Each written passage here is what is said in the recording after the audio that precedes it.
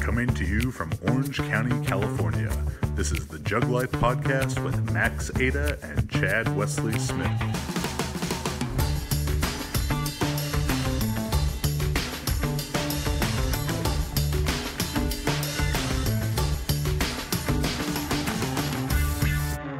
Hey everybody, Chad Wesley Smith here, joined as always, marvelous Max Montana. Max, how you doing, buddy? I'm doing pretty well. You'll see our setting is a bit different today. We're actually staying at the Haunted Mansion, aka the Amway Grand Hotel in Grand Rapids, Michigan, where we are for the American Open Series 3, the final in the series and the last chance World Team Qualifier for USA weightlifting. But yeah, this hotel we're at, it's really fucking creepy. There's a 103% chance that it was haunted. Yeah. If you see any like apparitions crossing the screen, don't be alarmed. It's real. That's a real. You should make the real thumbnail like a red circle and be like, "You'll never believe what was in this photograph." Yeah, I think the same person who designed the Titanic actually did the decor for this hotel. James Cameron. Max's James Cameron time traveling theory will have to wait for another day. All right, today's episode of the Jug Life is brought to you by Winstrol and withdrawals. Sometimes you just got that feeling that you're going to be pissing hot, so stay home. We're going to be taking some fan questions, some listener questions from Instagram and YouTube. So getting right down to it. This first one specifically comes from Cameron Bledsoe, but has been asked by a lot of different people in a lot of sort of different iterations, and it's about adjusting training around your job, your work, particularly people with manual labor, physically intensive jobs, or people with shift work. If you're working, third shift, working through the night, or maybe firefighters and stuff who are working 2 days on, 1 day off, or 3 on, 2 off, type of different schedules like that, and how you can adjust. The first part of it is pretty straightforward. If you work a manual labor job, construction, whatever it is, I have a lifter I coach, Adam Rodriguez, who works in like the loading dock of a beer distributor, so he's putting kegs on trucks all night. If you have a job like that that's very physically demanding, you're going to do less volume. That's pretty simple. If someone who sits at a desk 9 to 5 can do 12 sets per week of hard squat training, maybe you can only do 9 sets. But to prescribe it like that is kind of impossible for us to do in this setting, because this is really more about interpersonal differences than intrapersonal differences. Which way is it? Inter is myself. Intra is difference between yeah. Inter is different between you and I. So it's on a grand scale. The intrapersonal differences is the people with manual labor jobs on average are going to be able to do less volume and still recover effectively than the people who, with non-physically intensive jobs, and that's pretty simple. But for yourself, whoever's listening and is dealing with this exact issue, I don't know what your MRV currently is, but it's going to be less than, when you have harder times of work, if it's certain busier seasons or whatever, you'll be doing less training during that time than other times. And of course, with that, the way to sort of mitigate how much less you may have to do is to do a better job of the stuff that you can control. So when you have the opportunity, to sleep more, to take a nap or something like that, take advantage of that. Your baseline caloric intake is going to need to be a little bit higher, because you're spending more energy with work than someone who's just sitting at a desk. Hydration, if you work outside all day, you probably need to put more attention towards hydration. Anything else you think of here? No, just the one thing is like scheduling type stuff, but that would also apply to, that probably apply a little more to people that have like firefighting type jobs Mm. where you have a little more scheduling type thing. But if you're like a landscaper or something, you're going to be bent over all day, but you don't work on Saturday or Sunday, then maybe selecting Sunday as the day you have a day after a complete day of rest might be your best day to do your heaviest deadlifting or squatting, or those kind of really little intricate details might help manifest themselves in ways that you can kind of have more productive workouts. And if you have a highly variable schedule, potentially if you're getting called in overtime stuff or whatever it may be, I think doing more frequent, smaller training sessions is going to be better because, and those are going to be lower, you know, lower volume inherently because they're smaller sessions. So that if you have to miss one of them, let's say if you're only squatting once a week, benching once a week, deadlifting once a week, and now your work schedule changes or you're just too run down from work or something, and you have to miss one of those sessions, now you've done that, you've squatted 0 times that week. And I'm assuming that if you're only doing one per week, it's like a big session. Mm-hmm. But if you split that big, maybe 2 hour session up into three 30-minute sessions, now if you have to miss one of those, it's not really that big of a deal, in the grand scheme of things, that you only were able to squat twice that week. And if they're very small sessions, 2 or 3 work sets, but over the whole course of the week, you get to do 9, 10 sets in a pretty normal MRB. I also have athletes who compete really frequently, like baseball players, where they might have 3, 4, maybe 5 games during a week. Also prescribed to the same idea, very small sessions, maybe just going in doing 2 exercises and getting out of there, because if they have a day where they feel too run down and we have to skip that day or significantly alter it, it doesn't have that huge of an effect on the overall week compared to just trying to have these couple big sessions in a more rigid schedule.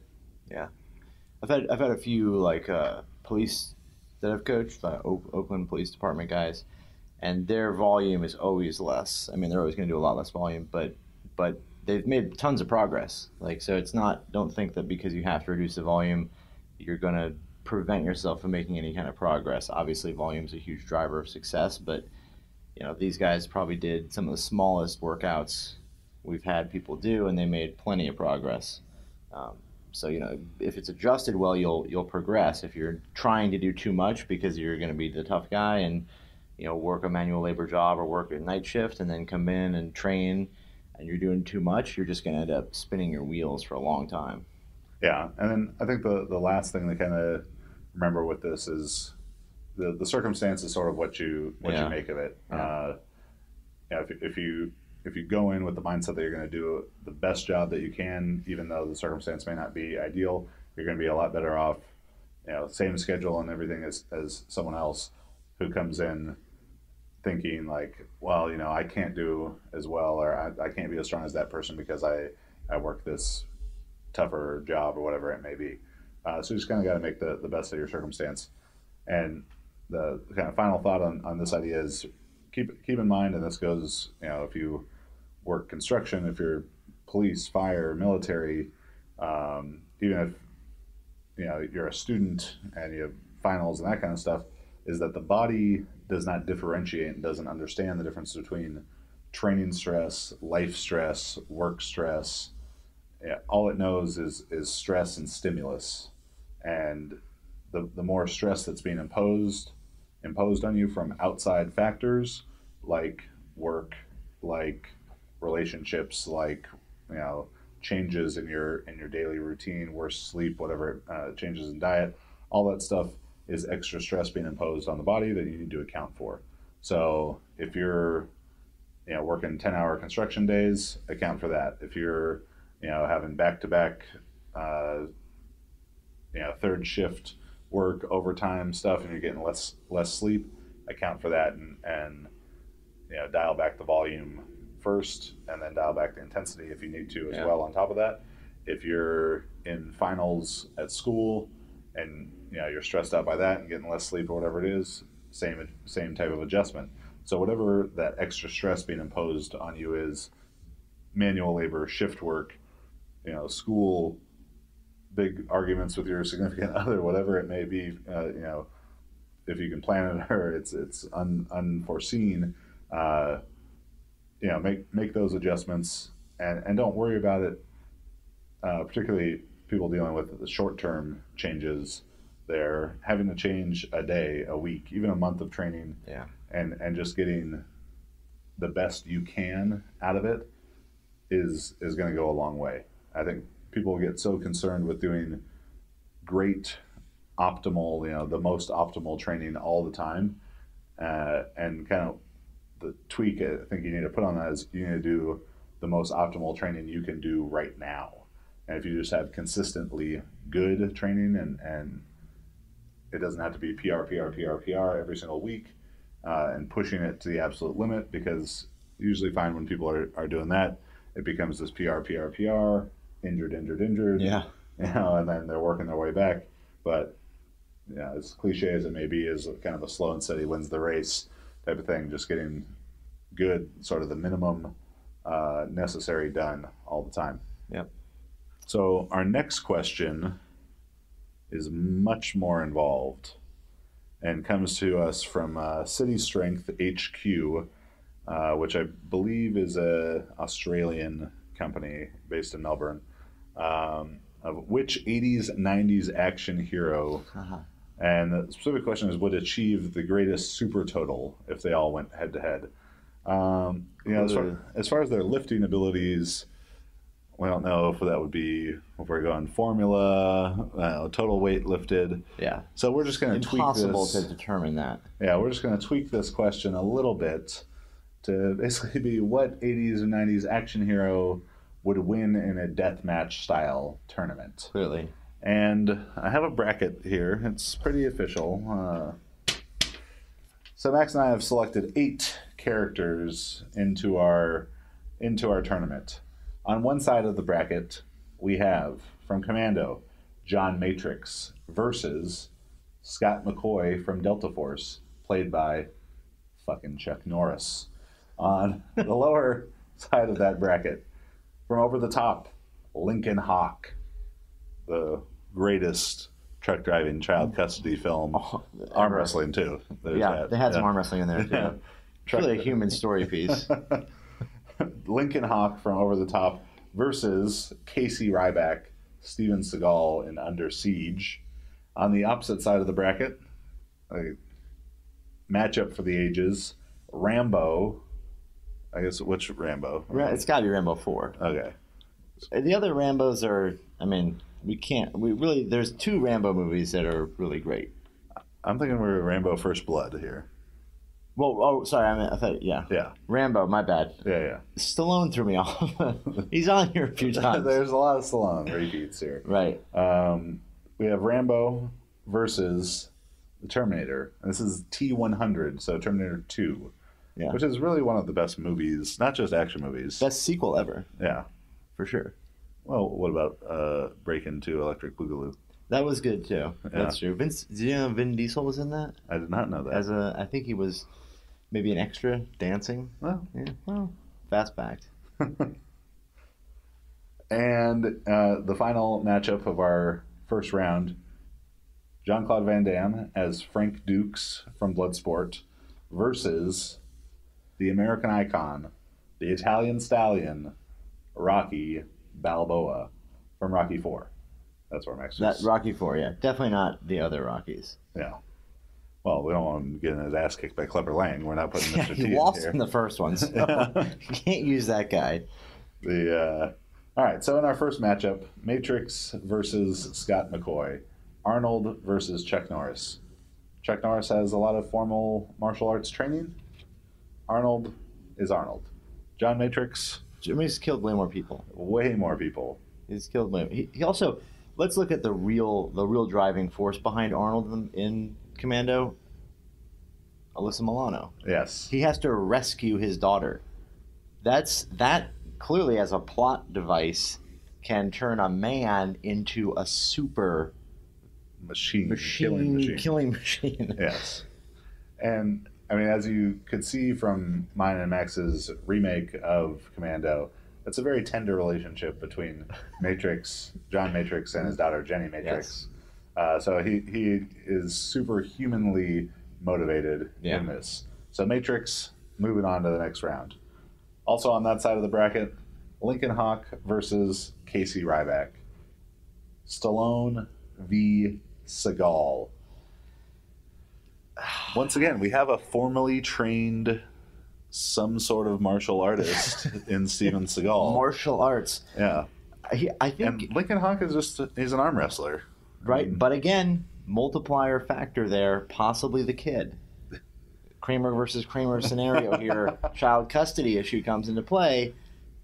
Lincoln Hawk, does he turn that hat around? Flip that switch? Yeah. He's only got one really good move, though. Yeah, he just punches the shit out of his face. Like, bah! Let's just suppose that Hawk gets Seagal's ponytail in that arm. That kind of neck-snapping action could potentially just smacking be him on the table. Destroying Steven Seagal. Steven Seagal's making a comeback these days. What are these weird-ass Netflix movies with Steven Seagal? He just cranks him out. He's probably, I bet you he batches them out. Like he's got like 20 things set up, hires a camera crew for like a weekend, and rattles off like 15 movies. Who's making more movies per weekend? Porn star or Steven Seagal? Seagal is on a rate that no one can come close to. So, we got that side of the bracket settled. Our semifinal, there will be Matrix versus Lincoln Hawk. On the other side of the bracket, this is very tough matchups. Very tough first round matchups here. Tough one. Rambo versus Terminator. And again, T100. The thing is, they're both unstoppable. And in the end, I think that when Rambo is, he's got crazy. He's got crazy on his side, whereas the Terminator is just a machine. He has no feelings. Yes. And so, but even he has some child motivation as well. Right? Really he's got daddy issues, I think.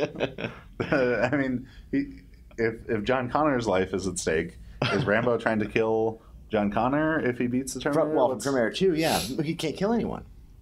Oh. In T2, he can't kill. Could Rambo survive being shot in the kneecaps? Probably. Yeah. He would probably fashion some kind of sticks for like artificial legs, swing out of a tree. But maybe some like rickety cricket type of leg braces. Hypothetical scenario: what killed Terminator 2? Lava. Hot. We're calling it lava. It's molten steel, but lava's better.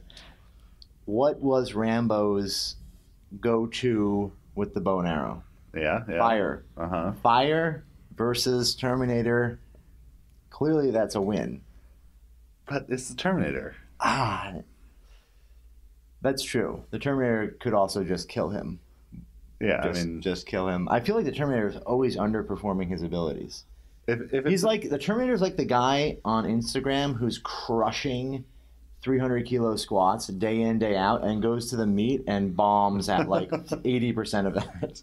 This guy should be destroying everybody every time. He did need Linda Hamilton to save him from the T-1000. Right. And Linda Hamilton's like basically a CrossFitter.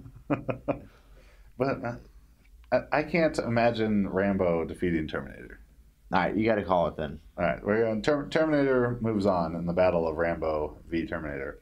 And our final preliminary matchup, Frank Dukes, Jean-Claude Van Damme in Bloodsport versus Rocky Balboa from Rocky IV. This is all-time... This is a great battle. This is the UFC... Original UFC, back when it was like different styles, markedly different styles against each other, this would have preceded that. Yeah. And that's where they got the idea, I heard. Yeah. Someone presented this idea to them. It was like a teenage Dana White in his, playing with action figures in his bedroom. Like, oh, Frank Dukes, I bet you could beat Rocky. So, okay. I'm going to list off some pros that I think would help Frank Dukes against Rocky. Okay. Footwork moves. We've seen in the beginning of the film, fantastic dancer. He's got the footwork, right? Apollo really worked on Rocky's footwork, though. That's true. That's a counterpoint, actually. Frank Dukes, blinded by sand. He can fight while blind. He can fight, right? And he's got a hefty dose of American spirit behind him. He does, as well as remarkable flexibility. Yeah, that's true. Unholy flexibility. The type of flexibility where you can be strapped into some sort of weird S&M torture stretching device by your stepfather, adopted stepfather.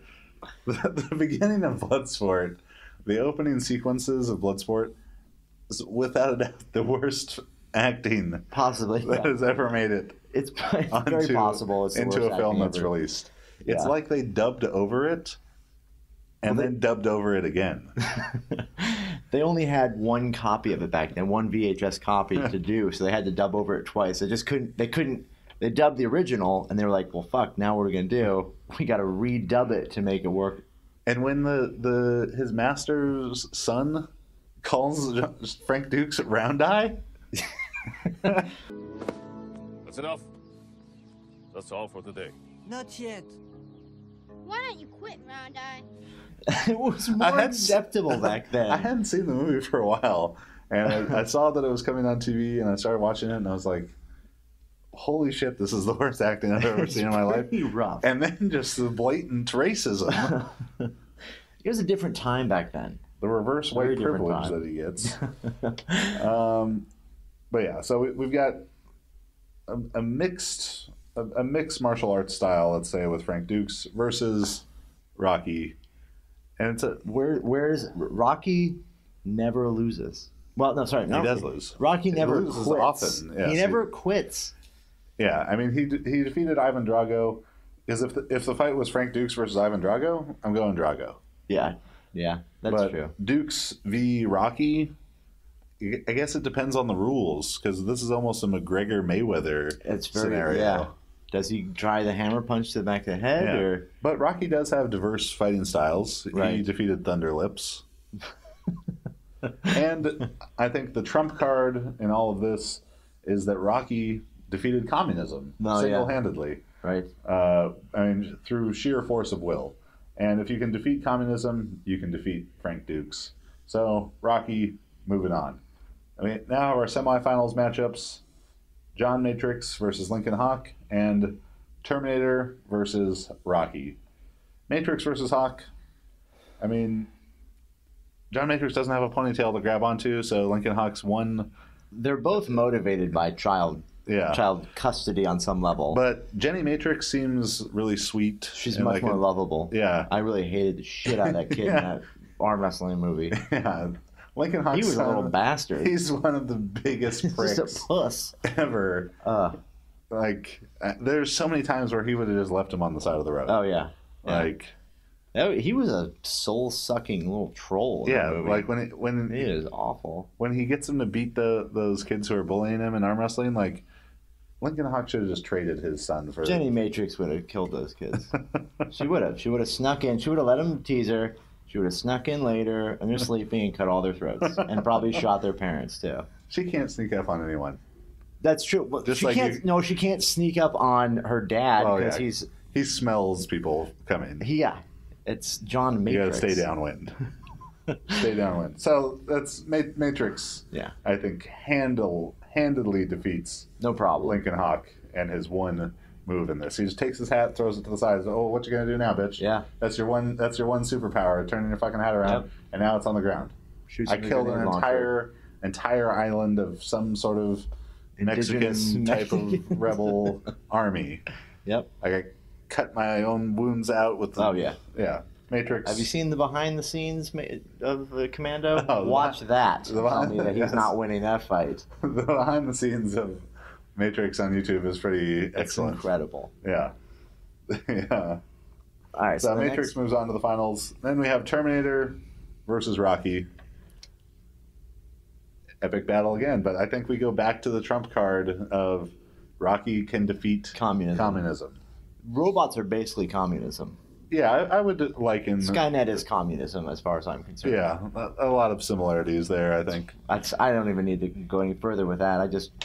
That's it. Communism and robots, artificial intelligence. And Drago's like handler guy, and it says that he's half man, half machine. Right. Okay. So he's already done this. Yeah. He's already fought this battle. He already beat Ivan Drago, so he already knows how to defeat a robot man. Yeah. He unified the world. He defeated communism. Rocky could punch through the Berlin Wall if he so needed to. I wish that was in the movie. I wish that scene had been in the movie. I wish they'd put that in. Are there deleted scenes in the? Maybe there will be the deleted scene of Rocky punching through the Berlin Wall. Rocky 9. Yeah, so I think we're moving on. Rocky versus Matrix in the finals. This is tough. John Matrix, driven by his child being captured, probably not by Rocky, but we'll still use that motivation. Rocky, motivated by ridding the earth of communism, but John Matrix represents all that is America. It's true. And all that is great about America. Do you think will Rocky be wearing any type of homoerotic S&M chainmail? It wouldn't matter. It's never prevented John Matrix from killing someone before. That's a good point. And Rocky has never killed. That's true. Rocky only he's very, very and he never dramatically punches people so hard that even the wind from the punch makes their head snap back. That's true. But Matrix is killing everyone, anyone and everyone. Right. And I mean, I feel like Matrix could also, and this may be kind of violating some of the rules, but Matrix may be the same guy from Predator. Oh. Very similar character. Yes. Possibly in a previous life. Has killed an alien? Robots, aliens, same category. Mm-hmm. I don't know. I'm going to say Matrix. I'm going to say John Matrix wins. I agree. Matrix is the winner, with the only possible caveat being if Rocky's robot, from Rocky 4 comes in like a WWE type of scenario, tags him out. Yeah, and how Matrix is about to come, but the ref's back gets turned. The robot comes into the ring, hits Matrix with the steel chair. Then I think Rocky could win. Right, then Rocky could pin him. But barring any robot interference or ghost, or if the ghost of Apollo Creed becomes involved, the ghost of Apollo Creed could be the winner of this whole thing. Yeah. What would happen in a fight between the Terminator and the robot from Rocky 4? They're both machine. What about Small Wonder versus Terminator? Or short circuit. Well, there you have it, ladies and gentlemen. In a very roundabout way, John Matrix would defeat all other action heroes in a tournament deathmatch. I mean, if it was lifting, I'm putting my money on Arnold for sure there as well. Arnold, definitely. Yeah. So moving on to our next question. We have a couple type of questions about this. You may know that I started training jiu-jitsu. I'm a white belt with no stripes. That's as white as it gets. So I had a question in here about strength training for jiu-jitsu, and then also programming and combining conditioning with strength training. So even though I am a white belt as my own jiu-jitsu practice goes, even though I was choking the shit out of people on Tuesday morning, I actually do have a lot of experience training athletes in jiu-jitsu. At one point I had about 12 black belts that I ran their strength conditioning for. So specifically for jiu-jitsu, and you can kind of extend this to MMA as well. And I've fallen into this same trap, is that the coaches get too caught up in like the circuit training and conditioning on top of conditioning. If you have someone, training hard for jiu-jitsu and doing, quite a bit of specific training and rolling pretty hard, and even more so MMA guys who are training boxing and wrestling, jiu-jitsu, Muay Thai, all these different things, they're probably getting plenty of conditioning and definitely plenty of more intensive interval type of work as they're working through rounds. So compounding more of the same on top of that is probably not necessary. So what I'd really encourage you to focus on is the foundation that's going to be the foundation for almost all speed power type of athletes, sprinting, jumping, and throwing. And then you can tweak those exercises based on the athlete's qualification into more special strength type of drills, particularly with the throws. If you can have access to like really heavy med balls or sandbags, even doing like heavy rotational throws with that can be great. Overhead backwards, really heavy, up into 50 plus pound throws can have a high carryover. And then just getting the guys generally strong. The athletes that I had the opportunity to work with, most of them had moved here from Brazil and had, I think, very little general preparation background. They had done jiu-jitsu for their whole life, and in some cases, trained like Kyron Gracie, Carlos Gracie's son, so like Prince of Jiu-Jitsu, basically, and he'd been doing it his whole life, since he was 2 years old. But because their life was so wrapped up in jiu-jitsu, they didn't have, gymnastics, or even, I was surprised that most of them hadn't even played soccer or anything, which was very evident by watching some of them try to sprint. But getting them exposed to more general movement patterns and general strength training through the movement categories of squatting, of hip hinge, hip extension, of upper body pushing, upper body pulling. And I say movement categories there because when you're looking at selecting exercises for athletes, non-strength athletes, people who don't play a sport with a barbell, back squatting, straight bar back squatting to powerlifting depth isn't that important. Bench pressing with a barbell and pause on your chest isn't that important. Deadlifting with straight bar from the floor isn't that important. What is important is giving them strength stimulus through these important movement patterns. So, that it might mean that the squat movement pattern, a goblet squat, front foot elevated split squat, rear foot elevated split squat, step up, safety squat bar, front squat, box squat, belt squat, any of those could be appropriate. You have to look at, does the athlete have good enough technique to perform movements safely? Are they good enough at the exercise to load it in a way that's going to provide the necessary stimulus that you're looking for? So if they just suck at an exercise and they can't put any weight on the bar, they're not going to produce any strength stimulus, right. And that's what they're in the weight room for. And then third, how does it fit in the bigger context of their plan? Is it taking too much energy away from sport practice, that type of thing? So if you're choosing exercises appropriately within those three parameters, within those categories of squat, hip hinge, hip extension, upper body push, upper body pull, I think you'll be on a good track. You don't need to compound conditioning on top of conditioning for athletes who are already getting that in their sport practice, and their sport practice very aerobically demanding. What you'd probably want to do is include more tempo style aerobic activity that's going to improve aerobic capacity while also helping to facilitate recovery without beating the athlete up anymore. That could be running, swimming, light sled pushing in different submaximal intensity intervals.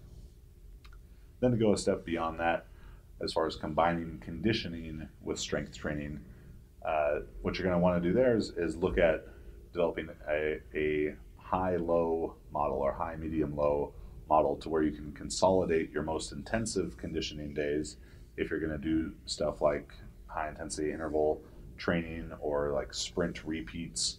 You want to have those on the same days that your most intensive lifting is, particularly lower body weights, because if you try and spread them out, if I tried to run, and this is not me because I would not actually try and do this, but trying to run multiple 200 meter or 400 meter repeats on Monday and then try to come back on Tuesday and snatch and squat, well, your legs are going to be so tired from Monday that it's going to make you have a bad workout, and your legs would never be able to recover as the week progresses like that. But being able to consolidate them into the same day allows you to have these really high intensity days and then reserve the next day for more recovery, to build recovery into the structure of your training plan. So yeah, you'd want to consolidate intensive stressors like sprints, jumps, throws, your big weight room movements, so weightlifting movements and squat, bench, deadlift variations onto the same days, and then have other days that are reserved for more lower level aerobic work, whether that's steady state stuff, whether it's tempo based stuff, along with like accessory weights. So you can build a structure to the training, whether it's high, low, high, off, off, something like that. High, medium, low, off, high, medium, off, something. There's a lot of different ways to do it, but you don't want to be putting high intensity day after high intensity day because the athlete's not going to be able to effectively recover. Yeah, so that's a very brief look at a big topic in regards to that. So our next question comes from Bobby Lifts Things. Do you think he even lifts? Possibly. And Bobby asks about the difference in training weightlifters of different body weights. And this is going to be useful for powerlifting training, for weightlifting training. But so, Max, what are the big differences you see between training lightweight lifters and heavyweight lifters? And of course, the middleweight lifters will fall in between. A lot of it is in how you ridicule them. The heavier lifters, you can ridicule their body, their excessive body weight. Smaller lifters, you can't, right? If you got abs, you're kind of screwed. Well, you can ridicule them for lack of body weight. They're too small, too skinny. The biggest one is volume, right? As the lifters get larger, they're going to do less training volume than smaller lifters.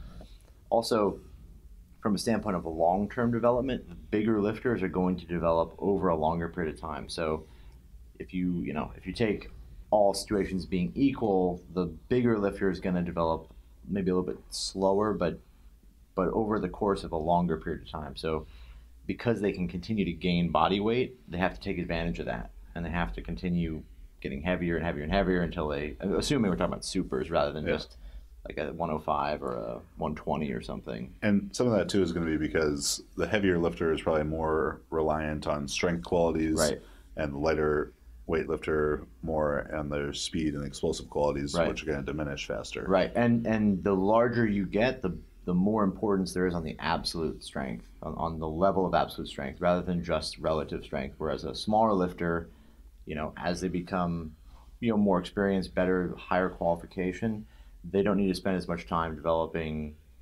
the squat to be, in excess of the clean and jerk by any significant amount.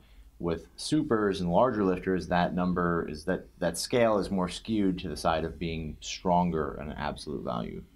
And the size difference is important in regards to the volume, as Max mentioned.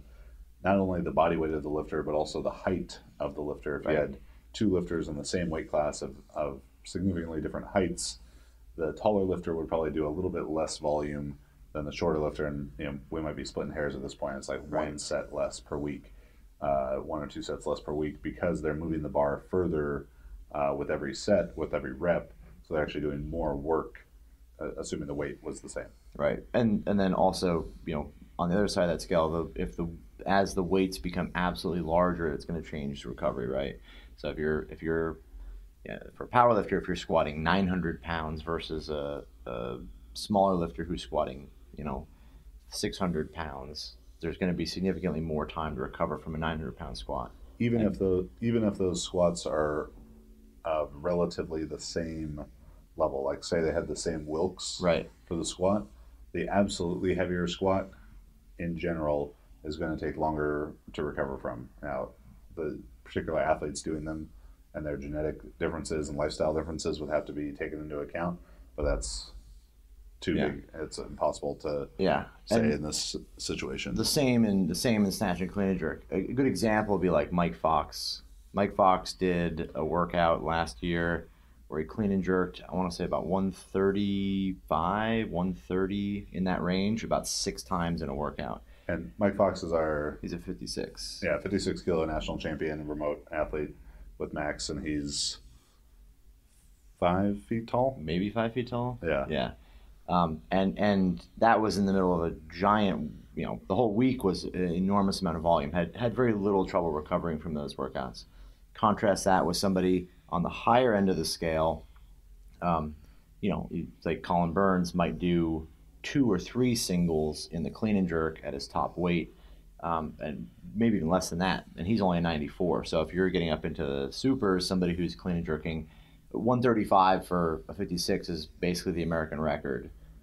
Take the same for a super, the American record's 237. Yeah, I would be hard pressed to believe that Kane Wilkes is doing more than one single repetition with that weight in an entire week, or maybe even 2 weeks. I mean, I've seen him do 230 once. One time, yeah. I've been recovering for 2 years.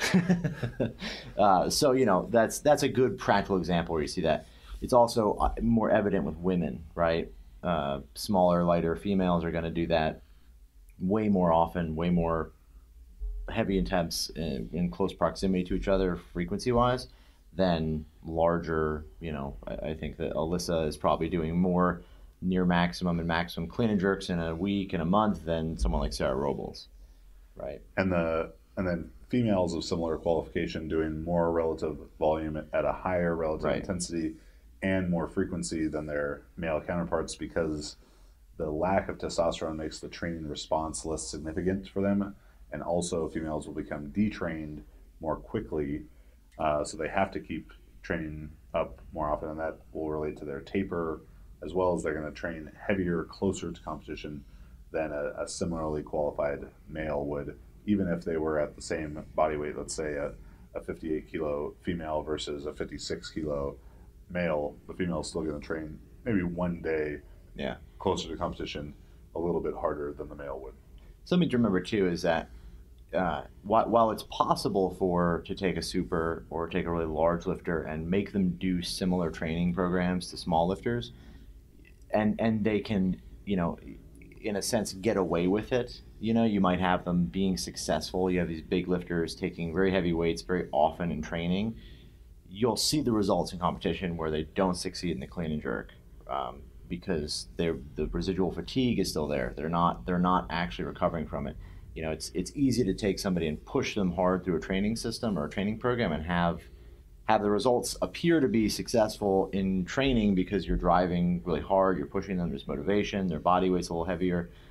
They go to competition and then they see a drop off of this, and it may be less indicative of them being bigger and whatnot, but it does play a big role where they've done so many heavy attempts in competition that they've never actually had a chance to recover for it come time for the competition, right? If you space these out and you appropriately dose the amount of heavy attempts leading up to competition for heavier lifters, you get a much better response at the actual competition, right? You would see, sure, a power lifter might be able to squat 90% of their best, 5 or 6, 7 times in a month before the competition, but the amount of time it's going to take them to recover from that kind of overload is going to be too great for them to peak at the meet properly. Yeah, just because they can do it doesn't mean they should do it. Right.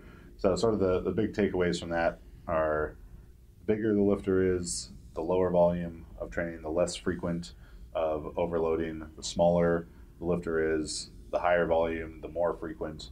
Females relatively higher in all regards than males. Now, the degree of change there isn't huge.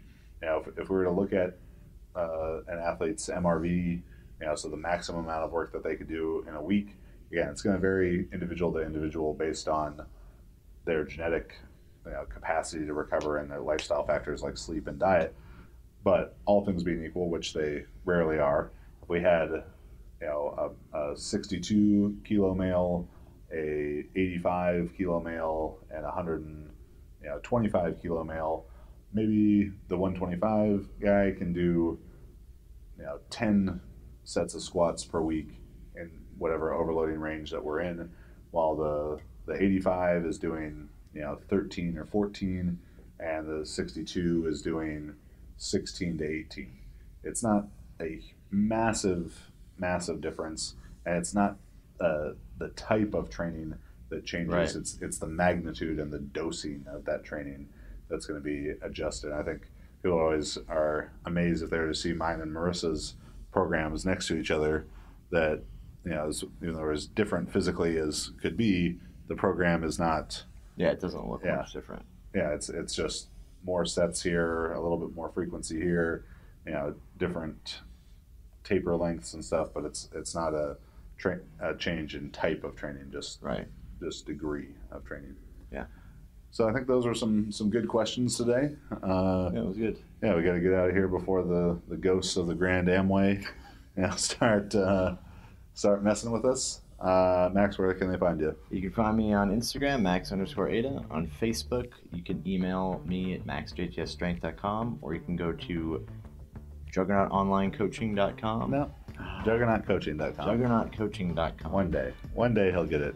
And you have seminars coming up in Santa Barbara. Santa Barbara, the 30th of September. Rochester at Park Avenue in Rochester, New York. CrossFit Park Avenue on the 8th of October. Something like that. With Pomponio. And I think that's it for the year. I thought you had another one that you just announced. Oh, yes, Massachusetts. I don't remember the exact date of that now. We just finalized it the other day. For any of those Max at JTS Strength, shoot him an email. Shoot me an email. A few days after the release of this, Marissa and I will be in Philadelphia at Warhorse Barbell. Still some space available for the Saturday night programming lecture. So everyone loves to spend their Saturday night. And then I'll be in Minneapolis at the Movement Minneapolis on October 28th for a similar type of programming lecture. Still space available for that. Both of those are sold out for the practical days. So if you want to come and learn how to design programs for big people, small people, advanced people, beginner people, men and women, everything in between, we'll talk about the principles that guide that type of programming. That's the Jug Life. Please subscribe to the channel. If you enjoy the podcast, go on iTunes, give us a 5-star review, write us something funny, and maybe we'll read it on the air, which I totally forgot to do today, but I'll remember another time. If you disagree with anything in the bracket of the 80s people, it's okay to be wrong. It's okay for you to be wrong. Yeah, we're not wrong. Yeah, I hope that there's a spirited debate in the comments. That would be very section. nice, actually, to see some more in there. I think the more in-depth analysis that someone can get. Really, what would be, you need to support your argument. Yeah. If you're going to make claims, then I'd like to see a very thorough explanation of how this works. Cite your sources, a biomechanical breakdown of Lincoln Hawk's face smashing power. Maybe find the tensile strength of Steven Seagal's ponytail. See if that factors in.